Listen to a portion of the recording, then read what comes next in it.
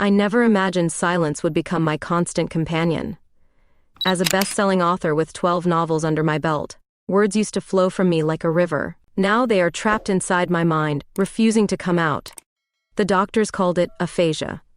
A cruel joke of fate that struck me down at the height of my career. One moment I was giving a speech at a literary awards ceremony, the next everything went dark. When I woke up in the hospital, my words were gone.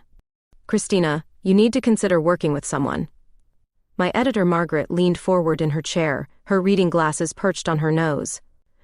The readers are waiting for your next book. I scribbled furiously on my notepad, my only means of communication now. No one can tell my story. A biography might be perfect. Margaret pressed on, ignoring my protest. Your journey could inspire millions. I shook my head, feeling the frustration build up inside me. My brunette hair fell forward, hiding my face. The same face that used to confidently grace book covers now felt like a mask I could not remove. Just meet with a few writers. Margaret's voice softened. That is all I ask. My hands trembled as I wrote, Why now? Because you are Christina Ross. She reached across the desk and squeezed my hand. Your voice deserves to be heard, even if it comes through someone else's words. I stared out the window of her Manhattan office, watching pigeons swoop past the glass. The irony was not lost on me. Birds had more voice than I did now. Back home in Glendale, I paced my study restlessly. Awards and accolades lined the walls, mocking my current condition. My fingers traced the spines of my published works, each one a reminder of who I used to be. The doctors said the aphasia might be temporary, caused by trauma to my brain. But 6 months had passed, and still the words remained locked away. I could understand everything, read and write, but speaking was impossible. My phone buzzed with a text from Margaret, library tomorrow at first candidate. I sank into my leather chair, exhaustion weighing heavily on my shoulders. The thought of meeting strangers, trying to communicate my story through written notes, made my stomach churn. My cat Luna jumped onto my lap, purring softly. At least she did not expect me to speak. I scratched behind her ears, finding comfort in her simple presence. That night, I dreamed of words. They floated around me like autumn leaves, always just out of reach. I tried to grab them, to speak them, but they slipped through my fingers like smoke. Morning came too quickly. I stood before my closet, deliberating over what to wear. How does one dress to meet someone who might tell your life story? I settled on a simple black dress and emerald earrings that matched my eyes. The mirror reflected a woman I barely recognized anymore. The confident sparkle in my green eyes had dimmed, replaced by a wary uncertainty. But underneath the fear, a tiny spark of hope flickered. Maybe, just maybe, this was not the end of my story. I grabbed my notepad and favorite pen, tucking them into my bag. The library awaited, and with it, perhaps a new chapter in my silent existence. What I did not know then was that this meeting would change not just my story, but my entire life. The Glendale Public Library had always been my sanctuary. Volunteering here while researching my next project gave me peace, especially after the chaos of my last failed relationship. That Tuesday afternoon, while organizing the classic literature section, I had no idea my life was about to change. Excuse me, are you Mackenzie Turner?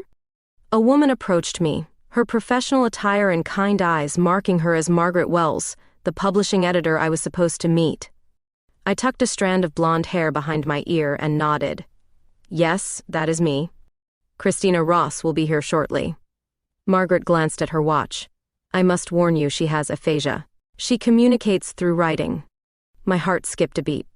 Christina Ross, the brilliant author whose works had inspired my own writing journey, was a mysterious client. I had devoured every one of her novels, but recent news of her disappearance from public life had sparked rumors. The sound of heels clicking against hardwood made us both turn. And there she was, a vision in black, her brunette hair falling in gentle waves around her shoulders. Her green eyes met mine, and something electric passed between us. Christina, this is Mackenzie. Margaret made the introduction. She has an impressive portfolio of biography work. Christina's graceful fingers moved across her notepad. Nice to meet you. Your article on female writers in crisis was enlightening. My cheeks flushed. You read that piece? She nodded, a small smile playing at the corners of her mouth. Her next note read, Tell me why you want this project. Honestly? I took a deep breath. Because stories matter, even the silent ones, maybe especially those. Something flickered in her eyes. She wrote quickly, "Help me organize these books while we talk." Margaret excused herself, leaving us alone among the towering shelves. We fell into a rhythm, shelving books side by side. Our hands brushed occasionally, sending tiny shivers through my arm.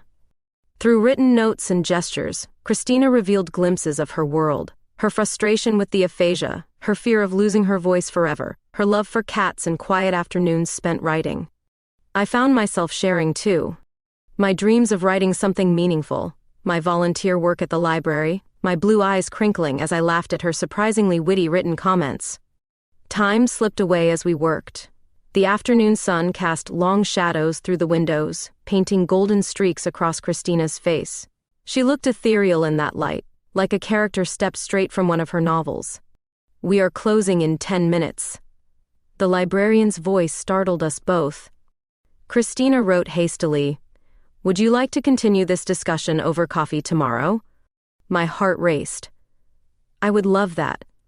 As we gathered our things, I noticed her hands trembling slightly. Mine were too. Something was happening here, something beyond a simple professional arrangement. Walking to our cars, Christina passed me one final note. "You see me as a person, not just a silent tragedy. Thank you." I watched her drive away, my mind spinning with possibilities. The biography project suddenly felt like both a blessing and a complication, because in those few hours among the books, I had glimpsed something rare and precious in Christina Ross. That night, I could not sleep. I kept replaying every moment, every shared glance, every written word. The way her green eyes lit up when I mentioned her third novel, how her fingers lingered near mine while reaching for the same book. I told myself it was just professional admiration, but deep down I knew better. This was the beginning of something extraordinary, something that would change both our stories forever. Coffee meetings became our daily ritual. Christina and I would sit for hours in a quiet corner of the morning brew, sharing thoughts through her elegant handwritten notes. Each day, I learned more about the woman behind the famous novels. Researching her past works led me to discover her controversial stance on social issues. Her last book had sparked heated debates about wealth inequality. The irony did not escape me, a topic I carefully avoided given my own background. "Want to join me at the animal shelter?" I wrote my invitation on a napkin one morning, surprising myself with my boldness. Her eyes lit up as she penned her response. "I did not know you volunteered there." The Golden Paws shelter became our weekend sanctuary. Christina had a special way with the abandoned animals, her silent presence somehow calming the most anxious dogs. "Look how she connects with them." Angela, the shelter manager, whispered to me, "No words needed." I watched Christina kneeling beside a trembling greyhound, her hands gentle and sure. The dog gradually relaxed, pressing against her leg. My heart swelled at the sight. During our walks with the shelter dogs, we developed our own form of communication. A raised eyebrow, a slight smile, a touch on the arm, all became part of our private language. One evening, as the sunset painted the sky in brilliant oranges, we sat on a bench in the shelter's garden. The dogs played nearby, their joyful barks filling the air.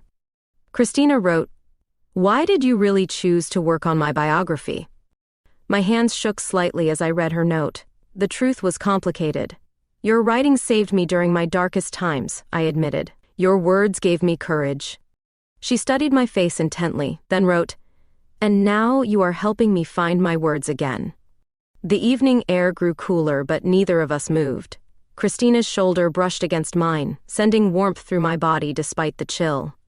A golden retriever bounded over, dropping a ball at our feet. As we both reached for it, our hands met. Time seemed to freeze. Her fingers were warm against mine, and her green eyes held questions I was not ready to answer. She pulled away first, scribbling quickly, "It is getting late." The drive home was silent, filled with unspoken thoughts. I could not stop thinking about the warmth of her hand, the way her eyes had softened in the fading light. That night, working on the biography draft, I found myself writing about more than just her professional life. I wrote about her gentle strength, her expressive eyes, the grace with which she faced each day. The next morning, I arrived at the shelter to find Christina already there. She handed me a note. I could not sleep. Too many thoughts. I knew exactly what she meant. We were treading into dangerous territory where professional lines blurred with personal feelings. Walking the dogs became our excuse to be close.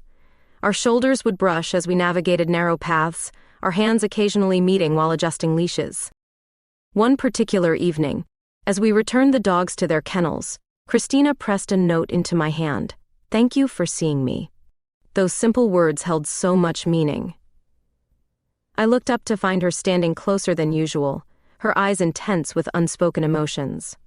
The shelter was quiet except for distant dog barks. The setting sun streamed through windows, casting long shadows.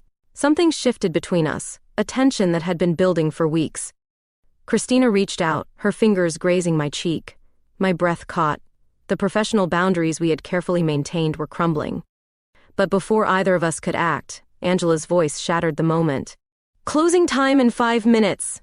We stepped apart, both flushed and breathing unevenly. Christina quickly wrote, "Same time tomorrow?" I nodded, not trusting my voice. As I drove home, my mind raced with possibilities and fears. The biography project suddenly seemed like the least complicated part of our relationship. That night, I stared at my ceiling, remembering the feel of her fingers on my cheek. We were standing at a crossroads, and I knew our next steps would change everything. The headline hit like a thunderbolt: "Turner heiress slums it with local writers." My morning coffee turned bitter as I stared at my phone, watching my carefully constructed world crumble. Christina's text arrived moments later. "We need to talk." My hands trembled as I drove to her house. The media had dug up everything: my family's wealth, the scandals, my rebellion against my father's empire. Things I had purposely kept hidden. Christina opened her door, her face unreadable. The warmth I had grown accustomed to was replaced by a guarded expression that hurt more than any words could. She handed me a newspaper. The article detailed my family's controversial business practices, my trust fund, my previous relationships. Each word felt like a betrayal. "I can explain," I started, but Christina held up her hand. She wrote quickly, "Why did you not tell me?" "I wanted you to know me," I whispered. "Not my family name." Her next note was sharp. "I trusted you with my story. This does not change who I am." My voice cracked. "The person who volunteers at the shelter, who loves books, who—" I stopped myself before saying what we had both been dancing around. Christina turned away, her shoulders tense. Her pen moved across paper. "I need time to think." The following days were agony. Christina canceled our meetings, citing need for space. The biography project hung in limbo. Even the shelter felt empty without her. Reporters started camping outside my apartment. Their questions echoed my own fears. "Miss Turner, are you using Christina Ross for publicity?" I threw myself into writing, trying to prove my sincerity through words. Pages of Christina's story flowed from my fingers, honest and raw. I wrote about her strength, her silence, her soul. A week passed, then 2. The media circus grew, spinning wild tales about our relationship. Some called it a publicity stunt, others a scandal. Late one night, my doorbell rang. Christina stood there, holding a stack of papers, my drafts of her biography covered in her handwritten notes. She wrote, "You saw me when I was invisible. I still see you," I said softly. Her next note made my heart stop, "But I do not know if I see the real you." We sat in my living room, the city lights twinkling beyond the windows. Hours passed as I shared my truth. My childhood in gilded cages, my escape into writing, my desire to make my own name. Christina listened, her green eyes intense. Occasionally she would write questions, each one cutting deeper into my past. Dawn was breaking when she wrote her final note of the night: "Truth matters." "I never meant to hurt you," I whispered. "Everything between us has been real." She stood to leave, pausing at the door. Her hand brushed mine just briefly, but enough to spark hope. The next day, another headline appeared: "Christina Ross refuses to comment on Turner connection." But underneath the media frenzy, something had shifted. Christina's next note arrived by courier. "Meet me at the shelter. We have work to do." It was not forgiveness, not yet, but it was a chance to rebuild trust, to prove that authenticity exists even in a world of headlines and wealth. As I drove to the shelter, I realized that sometimes the hardest stories to tell are our own. And sometimes the most important chapters are written in silence, between the lines of what we dare to share. The real question was, could Christina learn to trust not just my words, but the truth behind them? Only time would tell, and for once in my privileged life, no amount of money could buy the answer I needed. Progress comes in whispers. That is what Christina's speech therapist told us during her breakthrough session. I sat in the corner, pretending to work on the biography while watching her struggle with simple sounds. Ma. Christina's face reddened with effort. Mar. My heart ached watching her frustration, but I stayed silent. We had developed a new rhythm since the trust breach, slower but somehow deeper. The therapy room became our sanctuary 3 times a week. I would bring coffee, she would share small smiles. Sometimes our fingers would brush as I handed her the cup. Margaret, she finally managed one day, her first clear word in months. Tears streamed down her face. I fought the urge to rush to her side. Instead, I focused on showing my dedication through actions, organizing her research notes, attending every therapy session, keeping the media at bay. Slowly, her walls began to lower. During one evening session, Christina wrote, "Why are you still here?" "Because your story matters," I replied. Then softer, "Because you matter." Her next note made my chest tight, despite everything. The truth spilled out before I could stop it. I have never felt more myself than when I am with you. Time seemed to freeze. Christina's pen hovered over her notepad, trembling slightly. The setting sun cast long shadows across her face, highlighting the vulnerability in her eyes. That night, we stayed late in her study, surrounded by manuscript pages. The biography was taking shape, becoming something more than either of us had imagined. Christina wrote fragments between therapy exercises. Home, book, safe. Each word a victory, each sound a gift. I was deep in editing when I felt her hand on my shoulder. Looking up, I found her standing closer than usual, her expression intense. "Mac," she whispered, using my nickname for the first time. The sound of my name on her lips broke something loose inside me. I stood, our bodies inches apart. The air crackled with unspoken words. Her fingers traced letters on my palm. Stay. What happened next felt inevitable, like the last line of a perfect chapter. Her lips met mine, soft and questioning. The kiss was gentle, tasting of coffee and possibility. When we parted, Christina pressed a note into my hand. "No more hiding." "No more hiding," I agreed, my voice rough with emotion. That kiss changed everything and nothing. We still had our challenges. Christina's speech remained a daily struggle. The media still circled like vultures. But now there was something new between us. Something that made the hard days easier and the good days brighter. During therapy sessions, I would catch her watching me with soft eyes. Her notes became more personal, less guarded. Sometimes she would trace words on my skin instead of writing them down.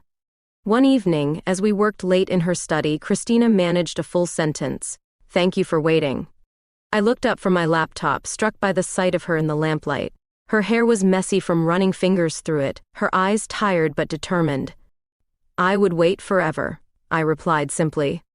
She shook her head, writing quickly. "No more waiting. Time to live." That night, we barely worked on the biography. Instead, we talked, in her combination of written words and practice sounds, about everything and nothing. When exhaustion finally caught up with us, we fell asleep on her office couch, hands intertwined. It was unprofessional, completely against biographical best practices.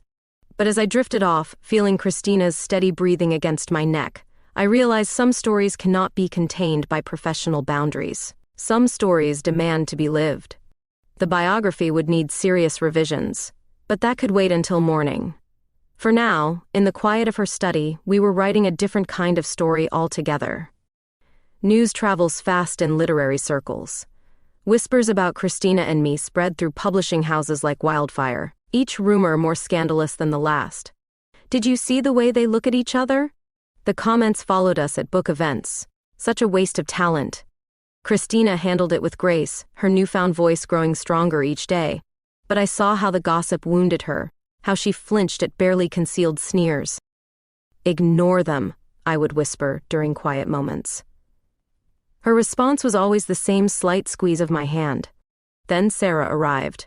Christina's ex-partner from her pre-aphasia days suddenly appeared at a writing workshop. Tall, sophisticated, perfectly poised.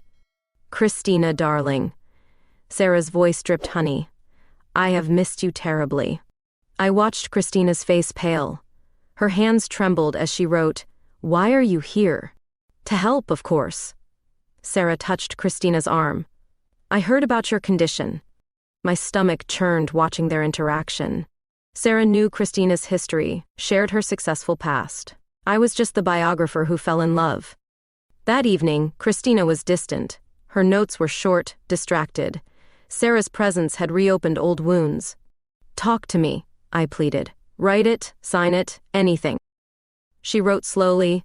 Sarah was there before everything changed. The unspoken question hung between us. Would Sarah have handled the aphasia better? Would she have known how to help? My family chose that moment to intervene. Father's lawyers arrived with contracts, threatening to cut me off completely. "This relationship is damaging our reputation," Father's voice boomed through the phone. "End it now." Christina found me crying in her study. Without hesitation, she wrapped me in her arms. Her few spoken words were clear: "Not leaving you." Sarah continued appearing at events, her concern seemingly genuine. But there was calculation in her eyes, ambition in her smile. "Christina needs someone who understands her world," Sarah told reporters. "Her real world." The literary community took sides. Some supported us openly, others whispered behind closed doors. Every day brought new challenges.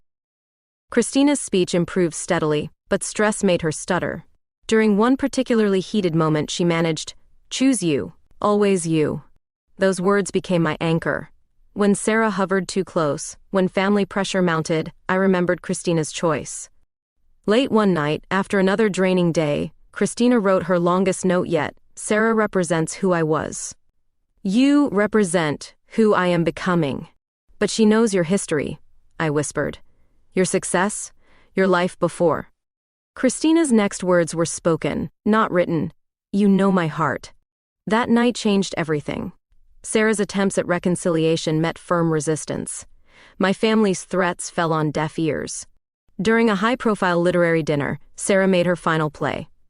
"Remember our plans?" She touched Christina's cheek. "We could have that again." Christina stood slowly, finding her voice. "No, different plans now." The room fell silent.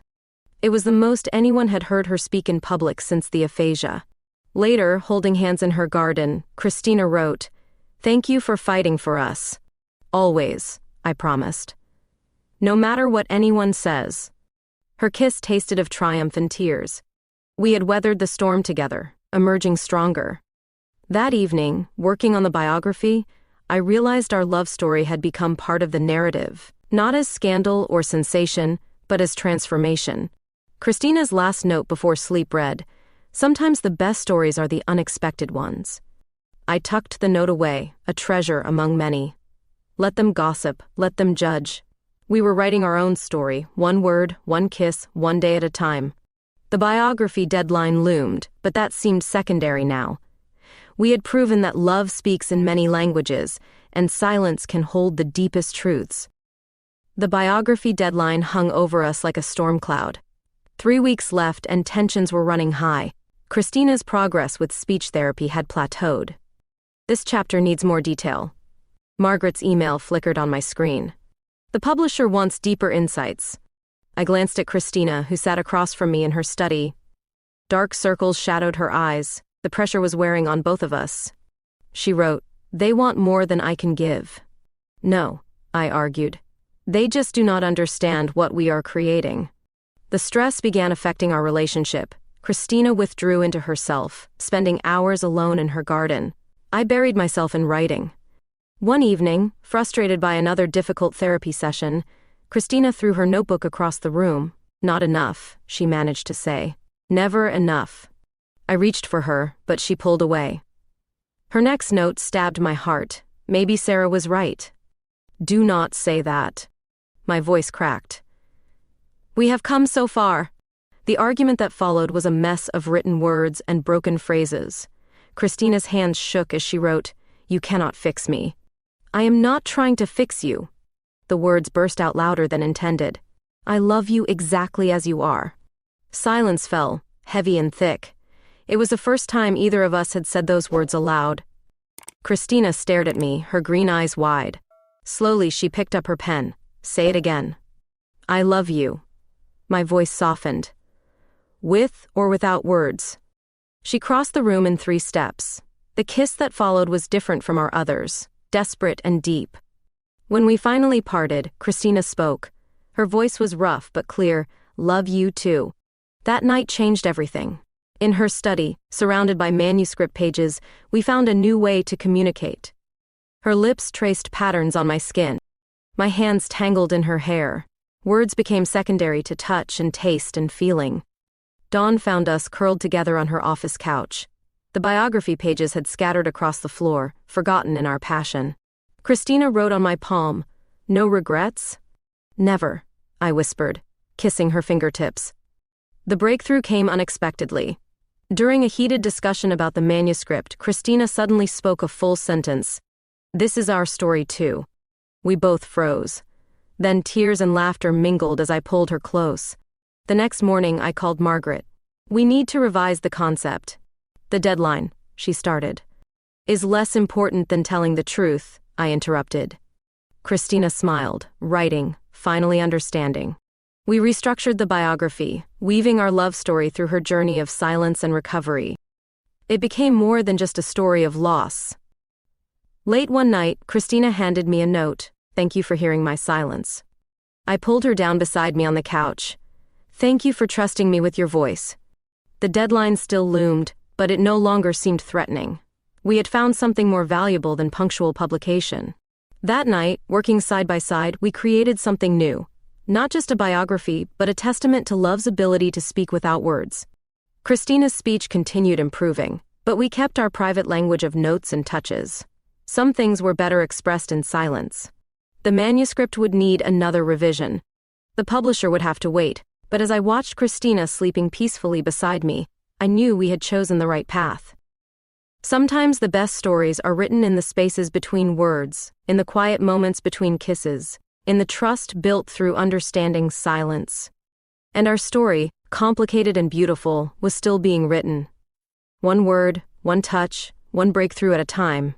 Spring brought new beginnings. Christina's speech therapy sessions showed remarkable progress. Complete sentences flowed more freely, though she still carried her notepad everywhere. "The garden needs attention," she said one morning, each word careful but clear. I looked up from the manuscript draft, caught in the simple joy of hearing her voice. These moments still felt like miracles. Working together in her garden became our morning ritual. Christina would practice speaking while we planted new flowers, her confidence growing like the seedlings. "Tell me about your next book," I encouraged, watching her hands work the soil.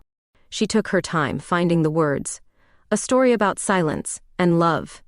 The manuscript was taking its final shape. What started as a simple biography had evolved into something more profound. During therapy sessions, Christina now read passages aloud. Her voice grew stronger with each page, though some days were harder than others. "Remember when we first met?" she asked during one session. The therapist beamed at her perfect pronunciation. I smiled, recalling our library encounter. "You captivated me from the start." The biography revealed layers of Christina I had never known. Her childhood dreams, her first published story, the moment words became her world. One evening, reviewing the chapters about her aphasia, Christina spoke without hesitation. "You understood me before I found my voice again." My heart swelled. These moments of clarity were precious gifts. Your silence spoke volumes. Late nights in her study became our favorite time. Christina would practice reading while I edited, our peaceful routine occasionally broken by soft kisses. The manuscript showed her journey from acclaimed author to silent observer, and finally to someone learning to speak in new ways. "Listen to this," Christina said, holding a page. She read an entire paragraph about our first kiss, her voice steady and sure. Tears filled my eyes. 6 months ago, such a feat seemed impossible. Now here she was, bringing our story to life.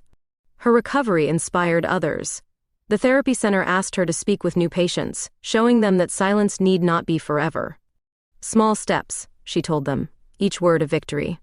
"And someone who listens." Working on the final draft, we discovered how deeply intertwined our stories had become.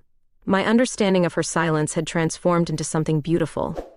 Christina found me crying over a particularly moving passage. "Your words," she said, touching the page, "they found mine." The biography now held both our voices. Her journey from silence, my path to understanding, our shared discovery of love's many languages. During one memorable therapy session, Christina read an entire chapter aloud. The room fell silent in awe of her achievement. That night, she wrote one last note. "Sometimes love speaks louder than words." "It always has," I replied, pulling her close. The manuscript was nearly complete, not just a story of loss and recovery, but a testament to the power of understanding. Christina's voice grew more confident each day. Yet we kept our private language of notes and touches, some things too precious for speech. In her garden, surrounded by blooming flowers, she spoke clearly, "Thank you for hearing my heart." I kissed her softly, feeling the truth of our journey in that simple moment. Words were returning, but our deepest connection had never needed them. The final chapter took shape, not as an ending but a beginning. Christina Ross had found her voice again, in more ways than one. And I had discovered that love speaks in countless languages, silence being one of the most profound. "Your relationship with Miss Turner," the reporter pressed. "How does that affect the authenticity of this biography?" The book release party at Glendale's most prestigious hotel had turned into a media circus. Christina stood at the podium, her green eyes scanning the crowd. I watched from the sidelines, my heart racing. This was her first major public speaking event since the aphasia. "Love," Christina began, her voice clear and strong, "enhances truth rather than diminishing it." The room fell silent. Nobody had expected her to speak so eloquently. Even Margaret looked stunned. Christina continued, each word measured but confident. "This book represents more than my journey through silence." Cameras flashed as she found me in the crowd, our eyes locked, and suddenly the packed room felt intimate. "It shows how understanding transcends traditional communication," she said, "how connection defies expectation." Pride swelled in my chest. Months of therapy, countless hours of practice had led to this moment. The questions became more pointed. "Miss Ross, does your relationship compromise the biography's objectivity?" Christina smiled, reaching for her notepad out of habit, then stopping herself. "The most honest stories come from the heart." I remembered our late nights crafting these very words, her determination to speak them herself rather than have them read. "Miss Turner," another reporter called out, "how do you respond to accusations of exploiting Miss Ross's condition?" Before I could answer, Christina's voice rang out. "She gave me back my story when silence stole it." The crowd murmured. This was not the broken writer they had expected to find. Later, during the reception, Christina moved through the crowd with grace. Her speech was not perfect, but her confidence never wavered. "Dance with me," she whispered when the music started. We swayed together, ignoring the stares and whispers. "You were amazing," I said softly. Every single word. She touched my cheek gently. "Because you believed I could be." The evening news captured our dance, our quiet moments, our subtle touches. By morning, we were trending on social media. "Renowned author finds voice and love," the headlines declared. Our story had captured public imagination. Christina handled interviews with newfound ease, though she still carried her notepad for comfort. Her authenticity touched people deeply. During a television appearance, she spoke about our journey. "Sometimes silence teaches us to listen with our hearts." The biography topped bestseller lists within days. Critics praised its raw honesty, its unique perspective on love and communication. But success brought scrutiny. Conservative literary circles questioned the propriety of our relationship, suggesting it tainted her legacy. "Let them talk," Christina said one evening, her voice stronger than ever. "Our truth speaks louder." The media attention intensified. Photographers camped outside our homes, hoping to catch intimate moments. At a book signing, an elderly woman approached us with tears in her eyes. "Your story gave me courage to embrace my truth." We heard similar sentiments repeatedly. Our journey had resonated with people facing their own silences. Christina's speech continued improving, but we maintained our private language of notes and touches. Some things were too precious for words. Late one night, after another successful event, she wrote, "Our love story belongs to us, not them." "Always," I agreed, kissing her softly. The biography had become more than a book. It was a testament to love's ability to transcend barriers, find new languages, create understanding. As summer approached, public interest showed no signs of waning, but we had found our balance, our truth. In quiet moments between events, Christina would practice her speech while I worked on new writing projects. Our life together flourished. "Ready for whatever comes next?" she asked one evening, her voice clear and confident. I squeezed her hand, knowing our story was still unfolding. "With you? Always." The certified letter arrived on a Tuesday morning. Christina's publisher was terminating her contract, citing moral clause violations. "They cannot do this," I paced her study, fury building. "Your book is topping charts." Christina remained calm, her voice steady. "They fear what they cannot control." The literary world erupted in debate. Some praised the publisher's traditional stance, others condemned their prejudice. My family's lawyer arrived next, carrying final ultimatum papers. "Your trust fund requires certain standards of conduct." "Keep it," I said without hesitation. Christina squeezed my hand, her support silent but fierce. The loss of my inheritance made headlines. "Turner heiress chooses love over legacy." That evening, Christina spoke more than she had in months.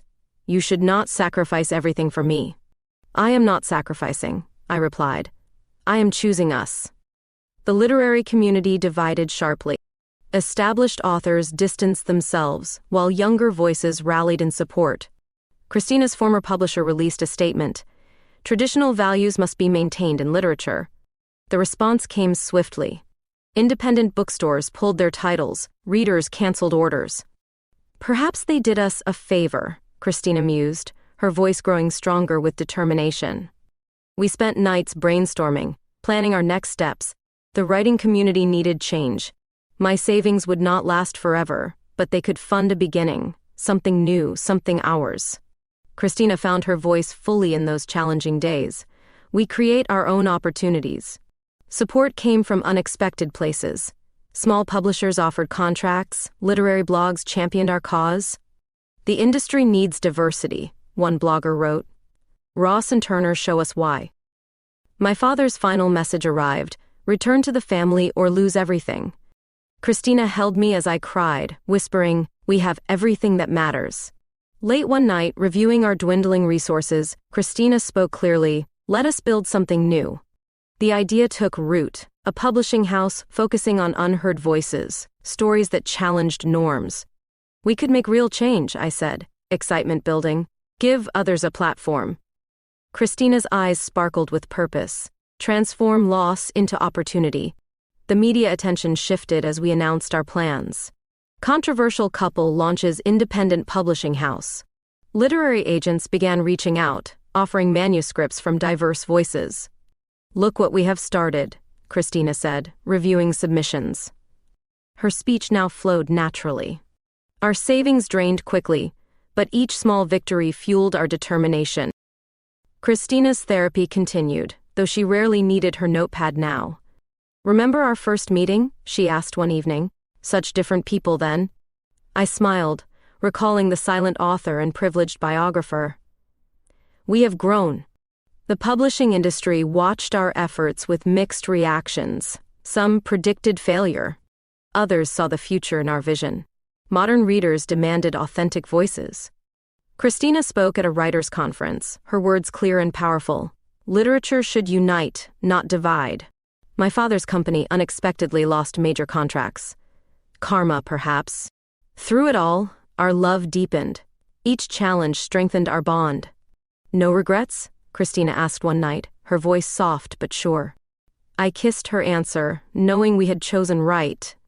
Our new venture took shape slowly but surely, small steps toward bigger dreams. The old publishing house announced declining sales. Their traditional stance had consequences. "We are changing things," Christina observed, slowly but surely. Our first signed author's book reached bestseller status. Victory tasted sweet. That night, celebrating in Christina's garden, she spoke our truth. Love builds better legacies than money. I held her close, knowing we had found something worth any sacrifice. The future remained uncertain, but together we faced it unafraid. Sometimes the bravest choice is choosing love over security, truth over tradition. We had lost much, but gained something far more precious: freedom to be ourselves. Autumn painted Glendale in brilliant colors as I watched Christina write in her garden. Her fingers flew across the laptop keyboard, no longer needing the notepad beside her. "Want to hear the opening?" she asked, her voice clear and confident. 1 year had transformed everything. I settled beside her, breathing in the crisp air. "Always." She read aloud. "Love speaks in many languages. Sometimes the loudest is silence." Her new manuscript told our story, not as biography but as romance. Truth wrapped in fiction's gentle embrace. Our publishing house, Silent Pages Press, had grown beyond expectations. 6 bestsellers in 8 months. "Another manuscript arrived," I said, showing her my tablet. "A deaf poet this time." Christina smiled, remembering our journey. Every voice deserves to be heard. The animal shelter had become our weekend sanctuary. We had adopted 3 cats and 2 dogs. "Remember our first walk here?" Christina touched my hand. "When everything changed?" I nodded, recalling those uncertain days of written notes and careful words. Our love story had inspired others. Letters arrived daily, thanking us for showing different ways to speak love. The industry had evolved too. Major publishers now actively sought diverse voices. "We started something important," Christina said, watching leaves dance in the breeze. My father had stopped trying to reclaim me. The family empire meant nothing compared to this life. Christina's speech flowed naturally now, though she kept her notepad as a reminder. "For the difficult days," she explained. "When words need time." Our home had become a haven for writers seeking their voice. Weekend workshops filled the garden. "Speaking of changes," Christina said softly, "I have something to ask you." She reached into her desk drawer, withdrawing a small box. My heart stopped, started, raced ahead. "Mackenzie Turner," she spoke clearly, confidently. "Marry me?" The ring sparkled like morning dew, simple, elegant, perfect. "Yes," I whispered. Then louder, "Yes." We celebrated that evening in the garden. Friends gathered, sharing our joy. Margaret raised her glass, to love that transcends words. The media caught wind quickly. Literary power couple announces engagement. This time, we welcomed the attention. Our story might help others find courage. Christina's new book released that winter. Silent Love topped charts immediately. Critics called it revolutionary. Readers called it truthful. We called it ours. The wedding would be small, intimate. Just friends who had supported our journey. "Where should we honeymoon?" Christina asked one evening. "Somewhere we can write together," I suggested. "Start our next chapter." She laughed, her voice music to my ears. "We never stop writing, do we?" Our publishing house continued growing. Each success felt like validation. The shelter named us honorary directors, more love to share. One quiet evening, Christina finished her manuscript's final page. "It is done," she said, tears glistening. "Our story." I held her close, remembering silent days, written notes, gradual healing. "Our story," I corrected gently, "is just beginning." She kissed me softly, proving some things need no words at all. The garden bloomed around us, promising new growth, new possibilities. Love, we had learned, speaks in countless ways. Through silence and sound. Through patience and understanding. Through trust and time. Through every word written and unwritten, every moment shared. Our next chapter awaited. Together we would write it beautifully. Because sometimes the greatest stories begin when words fail. And end when love finds its voice.